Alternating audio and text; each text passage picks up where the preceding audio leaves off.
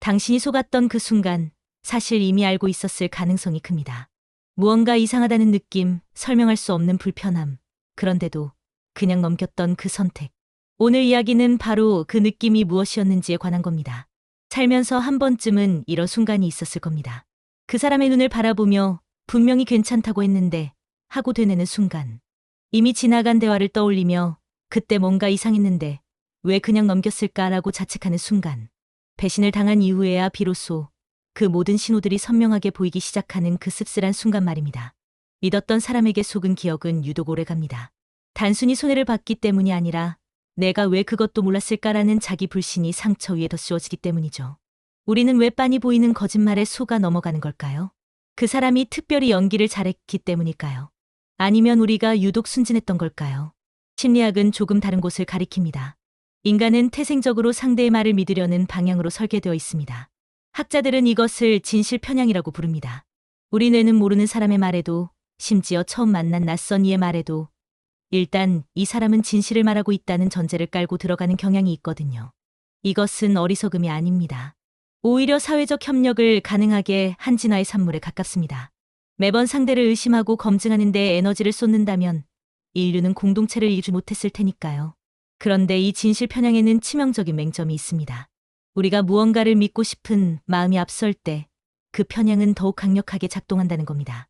사랑하는 사람이 나 다른 사람 없어라고 말할 때, 오랜 친구가 그 돈은 꼭 갚을게라고 말할 때 우리는 그 말이 진실이기를 간절히 원하기 때문에 머릿속에 경보 신호를 스스로 꺼버립니다.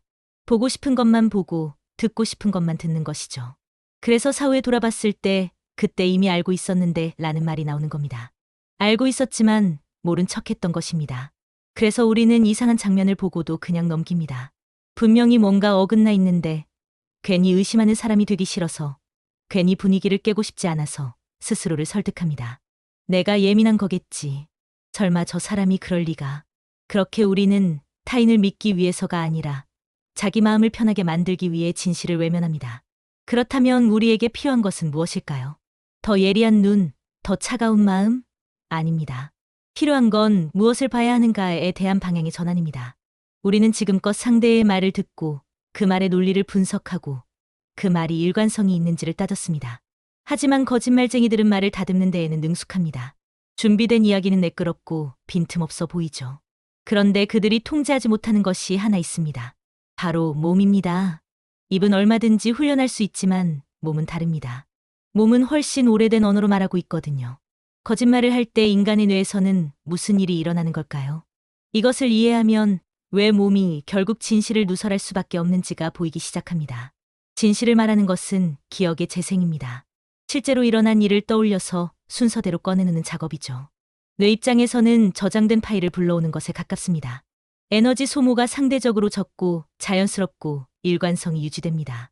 그런데 거짓말은 다릅니다. 거짓말은 창조입니다.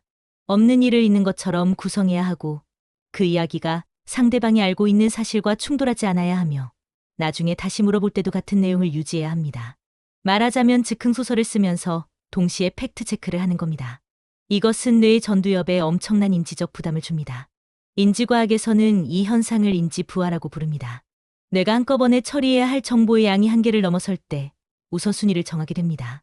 이때 뇌가 가장 먼저 포기하는 것이 바로 몸의 세밀한 통제입니다. 말을 일관되게 유지하는데 모든 에너지가 집중되는 그 순간, 손발의 움직임, 얼굴 근육의 미세한 변화, 호흡의 리듬, 이런 것들이 뇌의 관리 바깥으로 빠져나오게 되거든요. 입은 화려하게 돌아가고 있지만 몸은 잠깐 주인을 잃은 배처럼 흔들리기 시작하는 겁니다. 이 신체적 누설을 가장 잘 보여주는 개념이 심리학자 폴 에크만이 연구한 미세 표정입니다. 에크만은 수십 년에 걸친 연구를 통해 인간의 얼굴 근육은 내면의 감정을 25분의 1초라는 극히 짧은 시간 동안 의도치 않게 드러낸다는 사실을 밝혀냈습니다. 가면을 쓰기도 전에 진짜 표정이 먼저 새어나오는 거죠. 평온한 척 말하면서 눈가에 순간적으로 스치는 두려움, 동의하는 척 고개를 끄덕이면서 입꼬리가 미묘하게 내려가는 경멸, 이런 것들은 의식이 개입하기 전에 일어납니다. 몸이 먼저 진실을 말하고 그 다음에야 의식이 뒤늦게 달려와 수습을 하는 겁니다. 중요한 것은 이 현상이 특별히 뻔뻔한 사람에게만 일어나는 게 아니라는 겁니다. 평범하고 선량한 사람이 작은 거짓말을 할 때도 이 메커니즘은 동일하게 작동합니다. 뇌는 도덕적 판단을 하지 않습니다. 뇌 입장에서는 그저 처리 용량을 초과하는 작업이 발생했을 뿐이고 그 결과로 신체 통제에 틈이 생기는 것이죠. 그래서 우리가 봐야 할 것은 상대의 의도가 아니라 상대의 몸입니다. 몸은 거짓말을 배운 적이 없거든요. 그런데 여기서 많은 사람들이 빠지는 함정이 있습니다. 눈을 위로 굴리면 거짓말을 하는 것이다. 시선을 피하면 뭔가 숨기는 것이다. 같은 공식에 집착하는 것입니다. 이런 단편적인 지식은 오히려 위험합니다. 왜냐하면 이 신호들은 맥락 없이는 아무 의미가 없기 때문입니다. 시선을 내리깔고 말하는 사람이 거짓말쟁이일 수도 있지만 단순히 내성적인 성격이거나 문화적으로 맞춤을 불편하게 여기는 사람일 수도 있습니다. 특정 행동 하나를 잘라내어 이것은 거짓의 신호라고 단정하는 건 마치 체온이 높다는 이유만으로 병명을 진단하는 것과 같습니다. 정확한 진단을 위해서는 먼저 정상 체온이 무엇인지 알아야 하죠. 이것이 바로 거짓말 탐지에서 가장 중요하면서도 가장 간과되는 개념인 기저선입니다. 기저선이란 그 사람의 평상시 모습입니다. 아무 압박이 없는 상태, 편안하고 자연스러운 상태에서 그 사람은 어떻게 말하고, 어떻게 움직이고, 어떤 표정을 짓는가. 이것을 모르면 변화를 읽을 수가 없습니다. 변화는 언제나 기준이 있을 때만 의미를 가지거든요. 생각해 보십시오. 어떤 사람이 원래 말을 할 때 손을 많이 움직이는 사람이라면 그가 손짓을 줄이는 순간이 오히려 신호입니다. 반대로 원래 조용하고 절제된 사람이라면 갑자기 과도하게 손을 움직이며 설명을 강조하기 시작하는 것이 이상한 거죠. 어떤 사람은 원래 눈 맞춤을 잘 안 합니다. 그 사람이 눈을 피한다는 건 아무 의미가 없을 수 있어요. 하지만 평소에 눈 맞춤이 자연스럽던 사람이 특정 주제에서 갑자기 시선을 분산시킨다면 그것은 다른 이야기가 됩니다. 패턴의 단절이 신호인 것이지 패턴 자체가 신호인 게 아닙니다. 기저선을 구축하기 위해서는 관찰이 필요합니다. 그리고 그 관찰은 중요한 질문을 던지기 전에 이루어져야 합니다. 능숙한 신문가들이 본격적인 질문을 시작하기 전에 한참 동안 잡담을 나누는 이유가 여기 있습니다. 날씨 어때요? 오늘 밥은 먹었어요? 같은 아무 이해관계도 없는 이야기들을 통해 상대의 자연스러운 상태를 먼저 기억하는 겁니다. 이 단계를 건너뛰고 바로 핵심을 찌르면 그 이후에 나타나는 모든 변화가 긴장 때문인지 거짓 때문인지 판단할 기준이 없어집니다.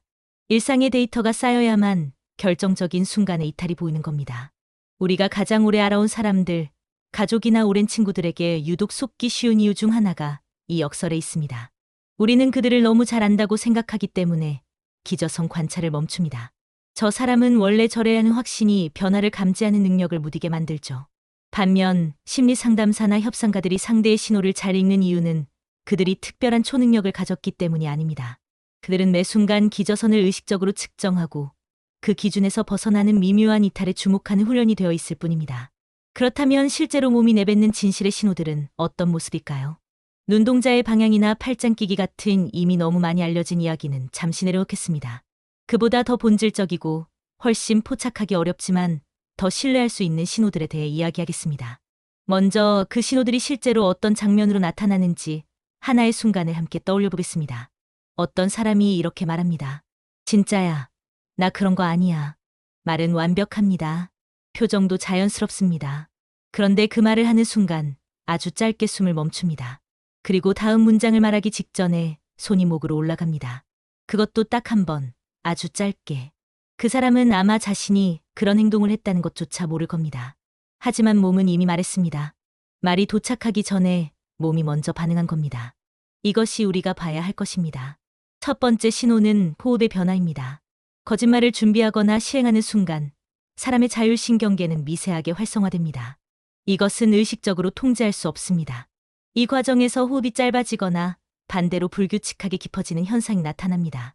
질문을 받는 순간 미세하게 숨을 참는다거나 대답을 시작하기 직전에 평소보다 눈에 띄게 긴 숨을 내쉬는 것. 이것은 몸이 감지한 위험 신호의 자율신경계가 반응하는 겁니다. 직접 거짓말을 하지 않더라도 불편한 진실을 감추려 하는 순간에도 이 호흡의 변화는 동일하게 나타납니다. 어제 어디 있었어? 라는 평범한 질문에 대답하기 전 0.5초 동안 숨을 멈추는 사람이 있습니다. 말은 자연스럽게 나왔어도 몸은 그 질문이 위험하다는 것을 이미 알고 있는 겁니다. 두 번째는 무의식적인 자기 접촉입니다.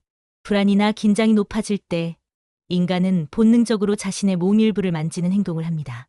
목을 만지거나 입술을 깨물거나 귀를 건드리거나 코 아래를 스치는 행동들이 이에 해당합니다. 이것은 신경계가 스스로를 진정시키려는 일종의 자기 위한 행동입니다. 아이들이 두려울 때 인형을 꼭 안는 것과 같은 원리죠. 성인이 된 우리는 그 행동을 훨씬 작게, 눈에 띄지 않게 수행할 뿐입니다. 이 신호가 유독 의미 있는 것은 특정 주제나 질문에 반응해서 나타날 때입니다. 직장 동료가 프로젝트 실적 이야기가 나올 때마다, 그리고 그 주제에서만 반복적으로 목을 만진다면 그 행동은 그냥 습관이 아닙니다. 몸이 먼저 반응하고 있는 겁니다. 세 번째, 그리고 제가 가장 중요하게 생각하는 신호는 말과 행동 사이의 시차입니다.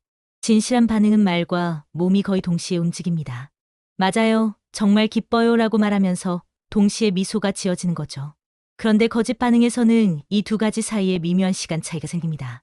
먼저 말이 나오고 그 말을 따라 표정이 뒤늦게 만들어지는 겁니다.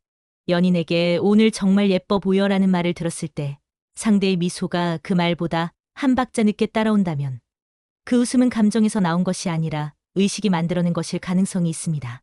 고개를 끄덕이면서 동의를 표현하는데 그 고개 끄덕임이 말보다 살짝 늦게 시작되는 경우도 마찬가지입니다. 진짜 감정은 뇌의 가장 오래된 부위에서 즉각적으로 솟아오르지만 가짜 감정은 의식의 층위에서 만들어지기 때문에 한 박자 늦을 수밖에 없거든요. 이 모든 신호들은 개별적으로 보면 증거가 되지 않습니다. 어떤 사람은 원래 숨을 자주 참고 어떤 사람은 습관적으로 목을 만집니다. 따라서 하나의 신호를 발견했을 때 이 사람은 거짓말을 하고 있다는 결론으로 직행하는 것은 위험합니다. 중요한 것은 신호들의 묶음입니다.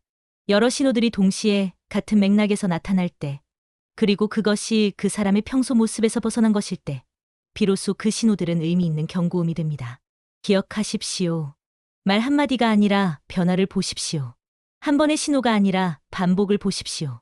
그리고 그 무엇보다 짧은 순간이 아니라 시간이 흐른 뒤에도 같은 방향을 가리키는 일관성을 보십시오. 여기까지 이야기를 들으시면서 혹시 이런 생각을 하셨을 수도 있습니다.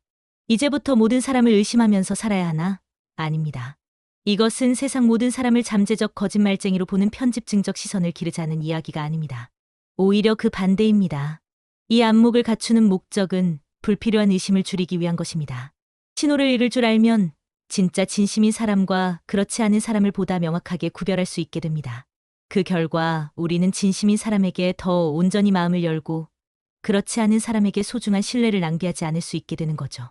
가짜를 가려내는 능력은 진짜를 더 소중히 하는 능력과 동전의 양면입니다. 그리고 이 이야기에서 가장 중요한 통찰은 진심은 기술로 위장할 수 없다는 겁니다. 진심은 일관성으로만 증명됩니다. 오늘의 말이 어제의 행동과 같고 보는 앞에서의 태도와 등 뒤에서의 태도가 같을 때, 어떤 상황에서도 어떤 이득이 사라져도 같은 방향을 가리킬 때, 그 묵묵한 일관성이야말로 어떤 말보다 어떤 표정보다 강력한 진심의 증거입니다. 우리가 키워야 할 안목은 결국 여기에 있습니다. 화려한 포장지에 현혹되지 않고 시간이라는 시험을 통과한 일관성을 볼 줄 아는 눈. 그 눈이 내 삶에 가짜를 들이지 않는 가장 강력한 방패가 됩니다. 더 많은 지혜는 지혜 수집관에서 확인하실 수 있습니다.